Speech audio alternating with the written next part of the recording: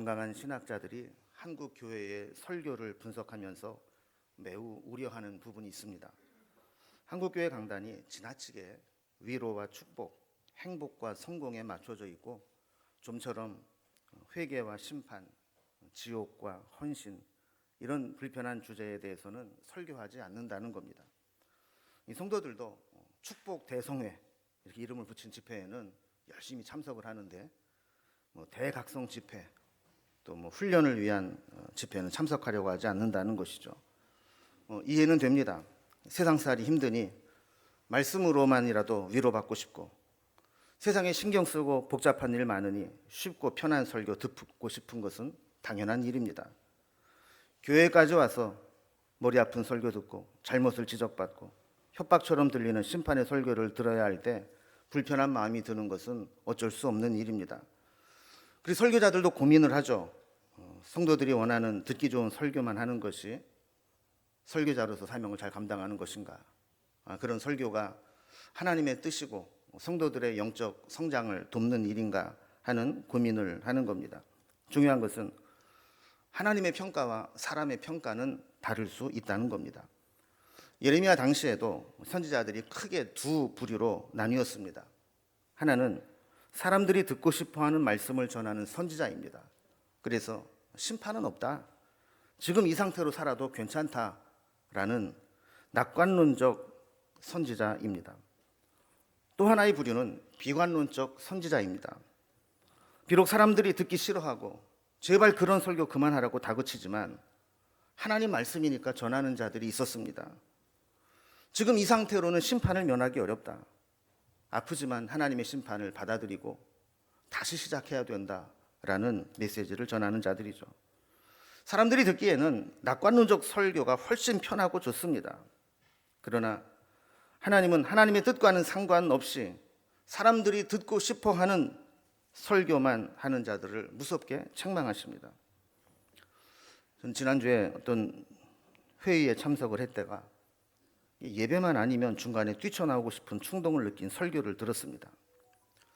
두려운 마음으로 하나님 말씀을 전한다기보다는 설교를 빙자해서 어떤 사람에게 아부를 하고 잘 보이려고 하는 설교를 하고 이미 자기가 정해놓고 청중들을 자신의 의도대로 설득하려고 인위적이고 의도적으로 연출된 설교를 하는 것을 보았습니다. 제가 느끼고 깨달은 게 있습니다. 목사가 설교 제대로 해야 되겠구나.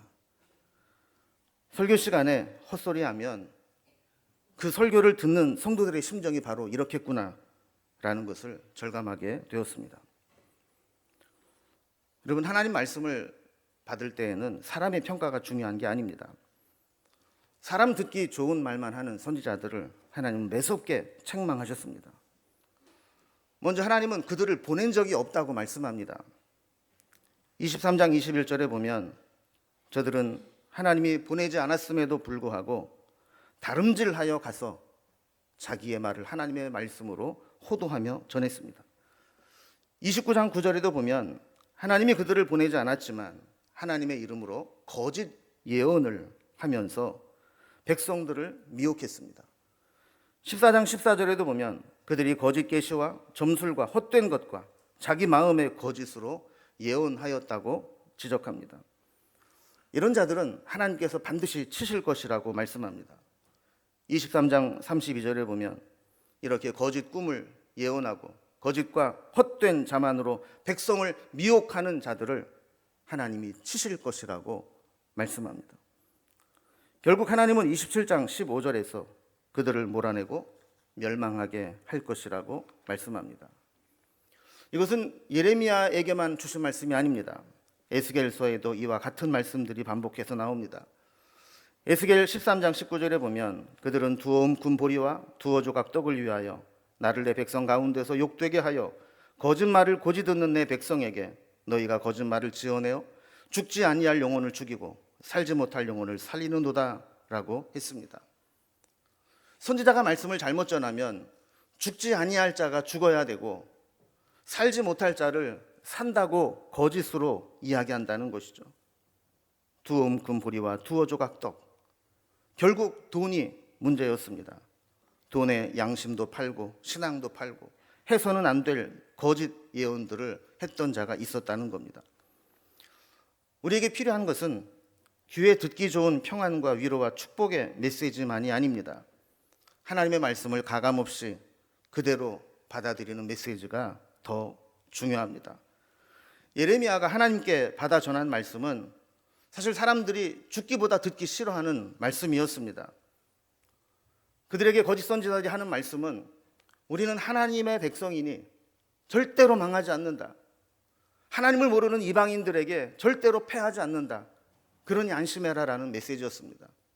그러나 예레미야는 비록 하나님의 택한 민족이라 할지라도 하나님의 뜻을 저버리면 하나님은 심판하시고 다시 시작하실 것이다라는 말씀입니다.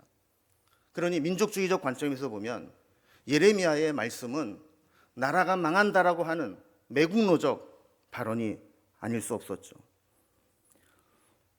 에스겔서 13장 10절에서는 이렇게 무책임한 낙관론으로 백성들을 미혹한 거짓 선지자들을 책망합니다. 이렇게 칠 것은 그들이 내 백성을 유혹하여 평강이 없으나 평강이 있다 함이라 라고 했습니다. 지금 상황이 평강을 이야기할 때가 아니라는 겁니다. 그럼에도 불구하고 거짓 선지자들은 백성들이 듣기 좋아하는 평강하다라고 이야기를 하니 하나님이 그를 칠 수밖에 없다라는 것이죠. 하나님께서는 이미 유다를 바벨론에 넘기시고 연단을 거친 후에 그들을 다시 시작하겠다는 뜻을 정하셨습니다. 그래서 예레미야를 통해서 너희들이 버티지 말고 바벨론에 망하는 것을 받아들여라. 그리고 철저하게 망한 후에 왜 망했는지를 생각하고 하나님께로 다시 돌아오라 라는 말씀을 전했던 것이죠. 이런 메시지를 전하면 사람들로부터 박해와 반대로 고통을 당할 수밖에 없습니다. 저는 생각해 보았습니다. 저는 올바른 참 선지자인가? 사실 제가 여러분들의 신앙생활하는 모습을 보면 그런 식으로 신앙생활하면 안 됩니다 라고 말하고 싶을 때가 사실은 많이 있습니다.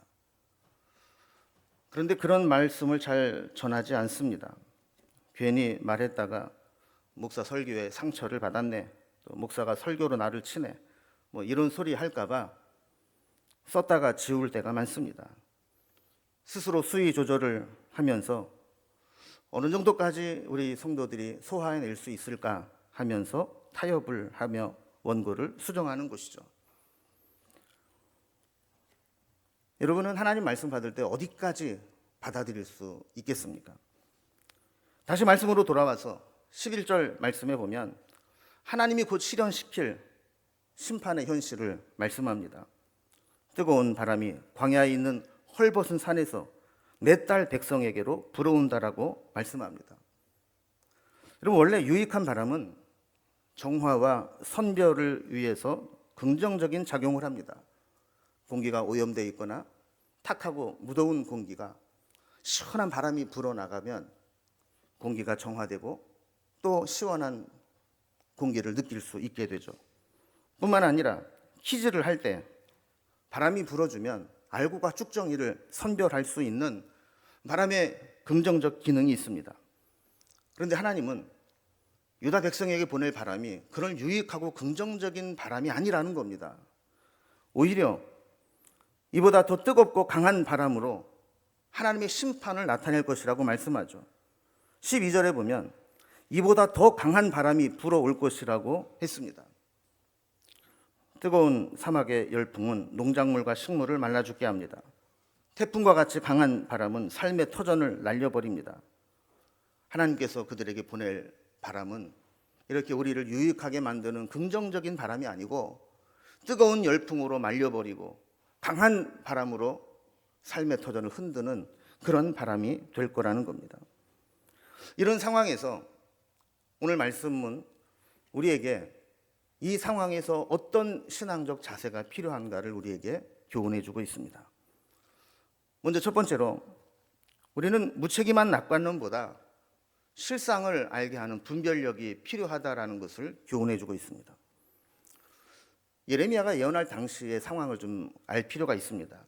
그때는 요시야라는 왕이 통치할 때였는데 이때 이 국제 정세가 어땠느냐 하면 북이스라엘을 멸망시키고 그 당시에 최강대국으로 있었던 아수르가 크게 쇠퇴할 때였습니다. 그리고 오래된 전통적 강대국인 애굽과 신흥 강대국으로 떠오르는 바벨론이 힘겨루기를 하면서 어떤 한 나라에 의해서 지역의 판세가 결정되는 것이 아니라 강대국들의 힘의 균형이 이루어지면서 일시적으로 평안을 누리는 그런 상황이었습니다. 그러다 보니 많은 거짓 선지자들은 심판은 없고 전쟁의 위협도 없다라고 판단을 했고, 그것을 근거로 해서 자신 있게 백성들에게 전쟁은 없다, 심판은 없다, 평안하다, 이런 메시지를 전해왔던 겁니다. 문제는 이러한 근거가 하나님께로부터 온 것이 아니라 인간적인 판단이었다는 것이죠. 하나님은 하나님의 종 예레미야에게 그들과는 다른 말씀을 주셨습니다. 하나님이 불게 하실 바람은 정화나 키즈를 위한 분별의 시원한 긍정적인 바람이 아니라는 겁니다. 오히려 뜨겁고 강한 열풍을 불어 심판하시는데 유다 백성들을 멸망으로 이끌 바람이라는 것입니다. 그러나 이미 거짓 선지자들에게 쇠뇌당한 유다 백성들은 이 말씀을 받아들이려고 하지 않았습니다. 믿으려고 하지 않았습니다. 여러분, 우리는 어떻습니까? 경제적으로 부유해지고 과학기술과 의술의 발달로 예전에는 신의 영역이라고 할 수 있는 부분까지 인간의 손이 뻗치게 됩니다. 과거에는 만화에서라도 그런 일이 일어날까 했던 일들이 지금 최첨단 기술로 현실로 이루어지는 것들을 보게 됩니다. 이런 상황 속에서 우리는 바벨탑을 쌓았던 인류처럼 하나님처럼 높아지려고 하고 하나님 말씀에 귀 기울이지 않는 그런 강팍한 인간들이 되고 말았습니다. 그래서 하나님을 찾을 수 있는 기회가 막혀버렸고 회개하고 하나님께 돌아갈 기회를 놓쳐버리는 일들이 일어나고 있는 것입니다. 여러분, 중요한 것은 국제 정세가 아닙니다. 하나님의 판단입니다. 중요한 것은 과학기술이 아닙니다. 하나님의 심판 앞에 인간의 문명과 기술은 아무것도 아닌 것처럼 무너질 수 있습니다. 아무리 우리 주변이 발달을 하고 평안하고 부유함을 누려도, 그리고 거짓 선지자들이 괜찮다고 이야기를 해도 하나님의 말씀이 뭐라고 하시는지, 하나님의 뜻이 무엇인지가 진짜 중요한 겁니다. 오늘 말씀을 보면 저는 한 가지 의문이 들었습니다. 하나님께서 좀 이렇게 좋은 말로 이렇게 다독거리면서 달래듯이 깨우쳐 주시면 좋을 텐데 왜 이렇게 굳이 극단적인 말씀을 하셨을까? 적어도 심판이 있을 거지만 조금 견디면 회복될 테니까 기다려라 했다면 오히려 그 말씀을 받아들이는 자들이 많이 있었을지 않을까 하는 겁니다. 그러나 예레미야가 전한 하나님의 심판의 메시지는 그렇게 가볍게 지나갈 심판이 아니라는 거죠. 만약에 그렇게 가볍게 지나가 버린다면 유다 백성들은 절대로 철저히 회개하지 않고 회개하는 신용만 내다가 고난이 끝나고 나면 다시 옛 모습으로 돌아가 버릴 것을 알았기 때문입니다. 여러분, 우리도 그렇습니다. 적당히 징계가 끝나버리면 금방 잊어버리고 다시 조약된 옛 모습으로 돌아가 버리기 십상입니다. 그래서 사람 쉽게 변하지 않는다라는 말이 나오는 것이죠. 오히려 내성만 생겨서 점차 하나님의 징계를 두려워하지 않고 죄를 짓는데 담대해지는 부작용이 생기게 되는 것입니다.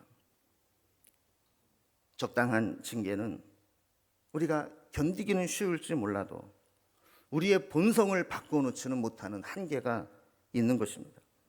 그래서 하나님은 사랑의 하나님이시지만 때로 우리를 아주 심하게 몰아붙이면서 징계하시고 깨닫게 되기를 원하시는 겁니다. 여러분, 우리는 너무 듣기 좋은 말씀만 좋아해서는 안 됩니다. 이 말씀이 정말 나를 살리는 말씀인지 나를 무너지게 하는 말씀인지 분별할 수 있어야 합니다. 여러분, 혹시 여러분 성경에 밑줄 그어놓은 말씀들이 있나요? 그 말씀들이 어떤 말씀인지 한번 돌아가서 점검해 보기 바랍니다. 잘 될 것이다. 축복이 임할 것이다. 하나님의 은혜가 있을 것이다. 이런 말씀만 그어놓고 있는지, 회개하라, 돌이켜라, 똑바로 신앙생활해라, 이런 데 밑줄을 그어놓고 붙잡고 있는지, 정말 어떤 말씀이 내 영혼을 살리는 말씀인지 분별할 수 있기를 바랍니다. 두 번째로 오늘 본문이 우리에게 주는 교훈은, 분별하려면 먼저 하나님을 알아야 한다는 것입니다. 분별력은 아는 것에서 출발합니다. 예전에 TV를 보니까 위조 지폐를 감별하기 위해서 제일 먼저 해야 될 게 뭐냐면 진짜 화폐의 특징을 잘 알아야 한다는 겁니다. 진폐에는 위폐가 위조할 수 없도록 다양한 첨단 위조 방지 기술들이 들어가 있습니다. 이런 것들을 먼저 철저하게 알아야 위폐를 분별할 수 있다는 것이죠. 설교를 준비하면서 인터넷으로 검색을 해봤더니 위조 지폐 감별법 해서 비기만을 기억하라 이렇게 있더라고요. 이게 무슨 뜻인 것 같습니까? 비추어 보고 기울여 보고 만져보라 하는 겁니다. 지폐는 빛에 이렇게 비추어 보면 숨은 그림이 드러납니다. 또 기울여서 각도를 따라서 이렇게 보면 홀로그램이 다양한 그림들로 바뀌어 보이게 됩니다. 또 지폐를 잘 만져보면 볼록 인쇄가 되어 있는 부분이 있어서 복사해서 위조로 만든 것에는 볼 수 없는 그런 촉감을 느끼게 됩니다. 영적 분별력도 마찬가지입니다. 하나님을 제대로 알아야 이것이 하나님의 뜻인지 아닌지를 분별할 수 있게 됩니다. 영적 분별력은 이렇게 하나님을 아는 것에서부터 시작합니다. 하나님이 어떤 분이시고, 하나님이 우리에게 원하시는 바가 무엇이고, 하나님이 어떤 말씀들을 하셨는지 이것을 알아야 우리가 하나님의 뜻을 따라 분별할 수 있는 것입니다. 제일 억울한 사람이 어떤 사람이냐면, 알기는 아는데 대충 알거나 아는 것 같은데 잘못 알고 있는 사람입니다. 22절에 보면 유다 백성들이 그랬습니다. 분명히 하나님 백성인데 하나님을 알지 못하는 어리석은 자요, 지각이 없는 미련한 자라는 책망을 받을 수밖에 없었습니다. 그리고 이런 하나님을 알지 못하는 지각이 없는 자들은 악을 행하기에는 지각이 있으나 선을 행하는 데는 무지한 자가 된다고 말씀하죠. 우리는 원죄를 가지고 태어난 존재입니다. 그래서 악은 굳이 배우지 않아도 본능적으로 익숙해집니다. 반대로 선은 우리가 아무리 배우고 실천하려고 해도 제대로 되지가 않습니다. 성경은 그 이유를 우리가 하나님을 모르기 때문이라고 이야기를 합니다. 성경에서 안다라는 단어는 친밀하게 체험적으로 안다라는 의미를 가지고 있습니다. 그래서 부부관계를 표현하는 단어를 쓸 때도 남자를 안다 이런 표현을 쓰기도 하죠. 겉으로만 어렴풋이 아는 것이 아니라 부부가 함께 살아가면서 경험하는 것, 가장 은밀한 부분까지 공유하면서 아는 것, 그것이 진짜 아는 것이라는 겁니다. 그런데 유다 백성들은 하나님을 그렇게 알지 못했다는 거예요. 유다 백성들은 오랫동안 하나님의 백성으로 살았습니다. 그들은 나면서부터 자동적으로 모태신앙으로 태어났습니다. 자라면서 어릴 때부터 율법과 함께 자라났고 절기와 예전에 따라 유대교적 전통 속에 살아왔습니다. 그래서 그들은 당연히 우리는 하나님을 안다라고 생각하며 살아왔습니다. 그러나 하나님의 평가는 달랐습니다. 그들은 하나님을 알지 못하는 어리석은 자라는 겁니다. 그들이 알고 있는 하나님은 키키 묵은 관습에 따라 지식으로 배운 것이었지 삶을 통해 체험적으로 알고 있는 그런 하나님의 알미 아니었다라는 겁니다. 신앙인인 척 흉내내기에 익숙한 위장된 신앙이라는 겁니다. 여러분, 안다는 것이 참 심각합니다. 부모 자식 간에도 온전한 알미 이루어졌다고 말하기 힘들 때가 있습니다. 자식들, 엄마가 뱃속에서 낳은 자식 아닙니까? 벌거벗은 몸으로 태어나면서 자라날 때까지 어머님의 부모님의 손길이 그 아이를 키워낸 것 아닙니까? 독립할 때까지 한 집에서 오랫동안 같이 살지 않았습니까? 그런데 그렇다고 해서 자식들이 부모의 속을 다 아나요? 부모들이 자식의 마음을 다 아나요? 얼마나 많은 부모들이 자식에게 서운한 마음을 가지고 살아갑니까? 얼마나 많은 자녀들이 부모에게 상처를 가지고 살아갑니까? 같이 있다고 해서 친밀하게 아는 것이 아니라는 겁니다. 이것이 우리 지식의 한계죠. 이거를 신앙적으로 대입해 보면 어떨까요? 모태신앙으로 태어나 주일학교부터 교회에서 자라고 성장했지만 결정적인 순간에 믿음에서 떠나는 경우가 있습니다. 이유는 종교적으로 문화적으로 교회를 다니는 것과 하나님을 경험하고 체험적 신앙으로 하나님과 동행하는 것은 다르기 때문입니다.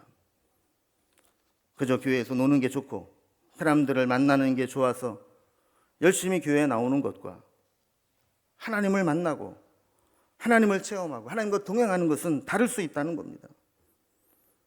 그래서 우리에게 필요한 기도 제목은 우리의 자녀도 그렇고 우리 교회에서 자라나는 주일학교 아이들도 그렇고 그들이 교회만 왔다 갔다 하는 신앙이 아니라 하나님이 그들을 만나주시고 그들을 체험적으로 아는 신앙인이 되게 해달라고 기도해야 되는 겁니다. 하나님을 알지 못하는 곳에서 모든 인간의 문제는 시작됩니다. 시편 53편 1절에 보면 어리석은 자는 그의 마음에 이르기를 하나님이 없다 하도다.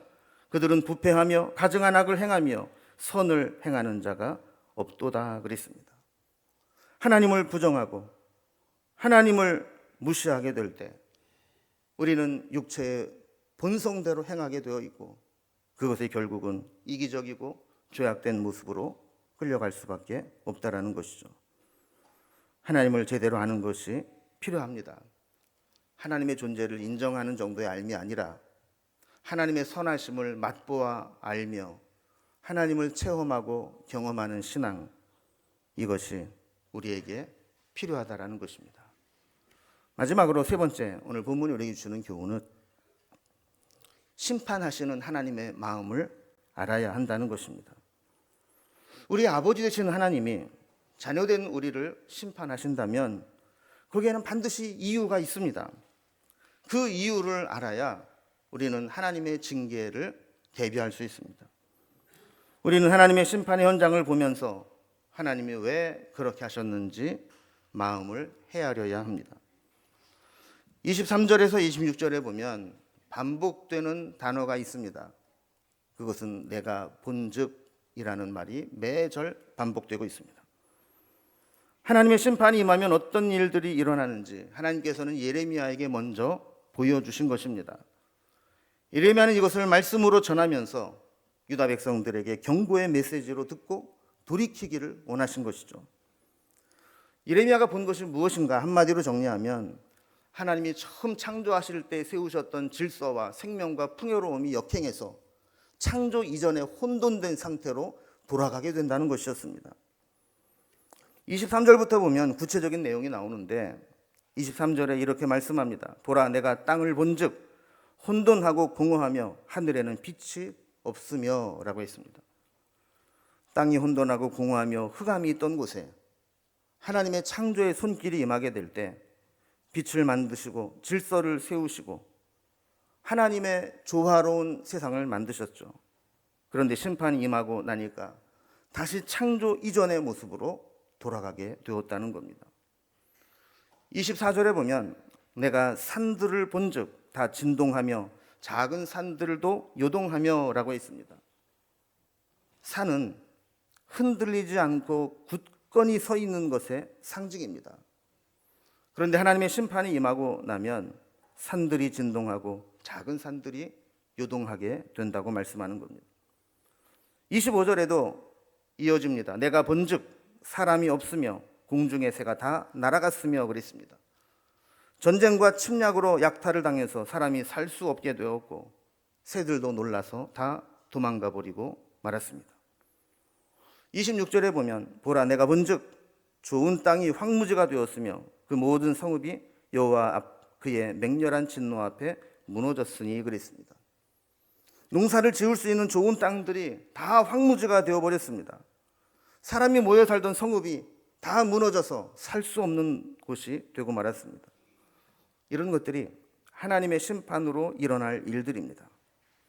하나님께서는 이런 일들이 일어나지 않도록 여러 선지자들을 보내서 말씀하시고 기다리시고 기회를 주셨지만 유다 백성들은 끝내 외면했던 것입니다.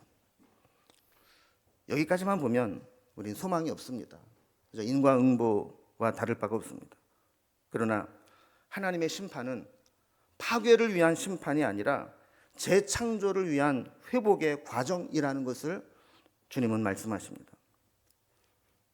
제가 얼마 전에 엄지발가락에 염증이 생기고 곪아서 이 발가락이 닿는 곳마다 좀 통증을 느낀 적이 있습니다. 옛날 생각만 하고 약국에 가서 마이신 좀 달라고, 또 마이신 좀 먹고 염증을 가라앉히려고 했는데 약사님이 요즘은 마이신과 같은 항생제는 병원 처방이 있어야 줄 수 있습니다. 일단 병원에 다녀오세요. 그랬습니다. 여기 가까운 병원에 갔더니 의사가 발을 이렇게 보면서 발톱을 조금 잘라낼 것 같네요. 이러더라고요. 대수롭지 않게 그렇게 하세요. 그랬어요. 그랬더니 가위를 발톱 안으로 쑥 집어넣더니만 이 발톱 바깥쪽을 세로로 쑥쑥 자르더니 뽑아내 버렸습니다. 내성 발톱이 시작되었다는 겁니다. 마취도 안 하고 발톱을 자르고 뽑아내니 눈물이 쏙 나올 정도로 아팠습니다. 그런데 그렇게 치료를 받고 며칠 약을 먹고 나니까 지금은 깨끗하게 나았습니다. 말도 안 하고 그렇게 고통을 줄 때는 훅 하는 마음이 올라왔지만 나올 때는 선생님 고맙습니다 그러고 나왔습니다. 왜 그랬을까요? 이것이 치료를 위해서 필요하다는 것을 알았기 때문입니다. 유다 백성도 마찬가지입니다. 하나님께서 그들을 치시는 이유는 파괴와 징계를 위함이 아닙니다. 27절에 보면 여호와께서 이와 같이 말씀하시기를 이 온 땅이 황폐할 것이나 내가 진멸하지는 아니할 것이며 라고 있습니다. 유다의 멸망은 현실이 될 것입니다. 그래서 온 땅의 황폐함을 지켜보아야 합니다. 그러나 그렇다고 하나님이 그들을 완전히 진멸하여 소멸하지 않으실 것이라고 말씀하셨습니다. 이 징계는 그들을 다시 세우기 위한, 다시 살리기 위한 회복의 과정이었던 것입니다. 물론 심판이 결코 가볍지는 않았습니다. 28절을 보면 땅이 슬퍼하고 하늘이 어두워지는 고통이 있을 것이라고 말씀합니다. 그리고 이것은 하나님이 이미 정하신 것이고 말씀하신 것이고 이 심판을 행한 후에 후회하거나 돌이키지 않으실 것이라고 말씀합니다. 마치 파고드는 발톱을 잘라내야 염증이 가라앉고 새살이 돋고 치료되듯이 하나님은 이런 징계를 통해서 백성들의 죄악된 모습을 드러내고 철저히 회개한 후에 돌아온 자들로부터 다시 시작하기를 원하셨던 것입니다. 이제 말씀을 정리합니다. 우리도 듣기 좋은 소리만 들으려고 해서는 안 됩니다.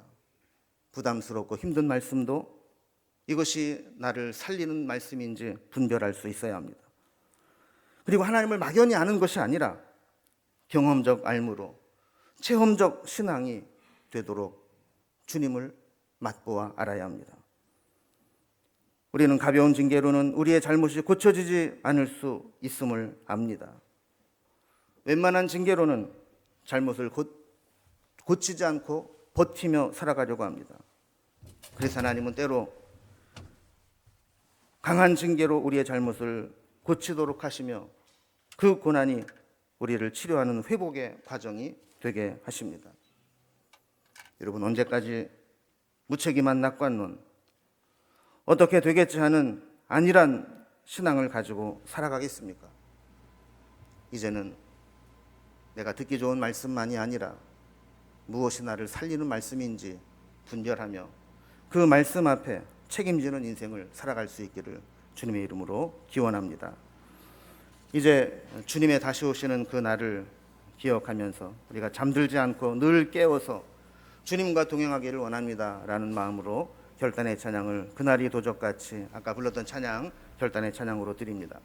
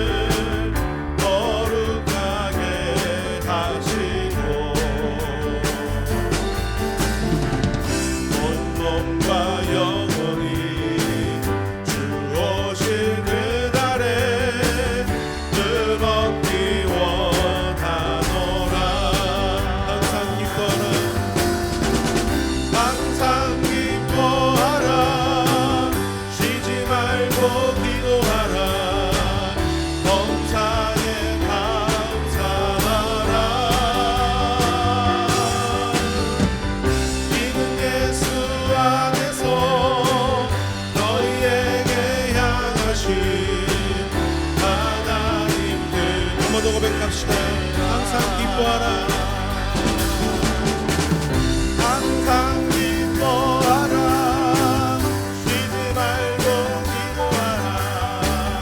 범사에 감사하라. 이는 예수 안에서 너희에게 향하신 하나님 뜻이니라. 아멘. 주님 말씀을 생각하면서 우리 기도하겠습니다. 이 세상에 풍요로움과 안일함에 취해서 하나님의 나라를 잊어버리지 않게 하시고 영적으로 잠들지 않고 늘 깨어있어 주님과 동행하는 신앙을 갖게 해달라고 기도하십시오.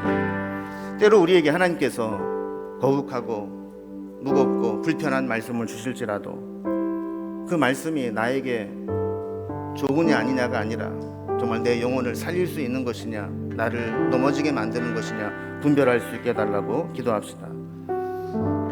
유다 백성들이 하나님을 알지 못한다는 책망을 받은 것처럼 우리도 하나님을 관념적으로, 종교적으로, 지식적으로만 아는 것이 아니라 하나님의 선하심을 맛보아 알듯이 하나님과 동행하며 하나님을 분별하며 살아갈 수 있도록 기도했으면 좋겠습니다. 때로 하나님께서 우리를 징계하실 때 징계가 고통스럽다고 탄식만 할 것이 아니라 그것을 통해 하나님께서 나를 어떻게 회복시키시고 새롭게 치유하실 것인지 그것을 기대하며 살아갈 수 있게 해달라고 기도하겠습니다. 오늘 주신 말씀을 생각하면서 합심해서 결단의 기도를 기도합니다.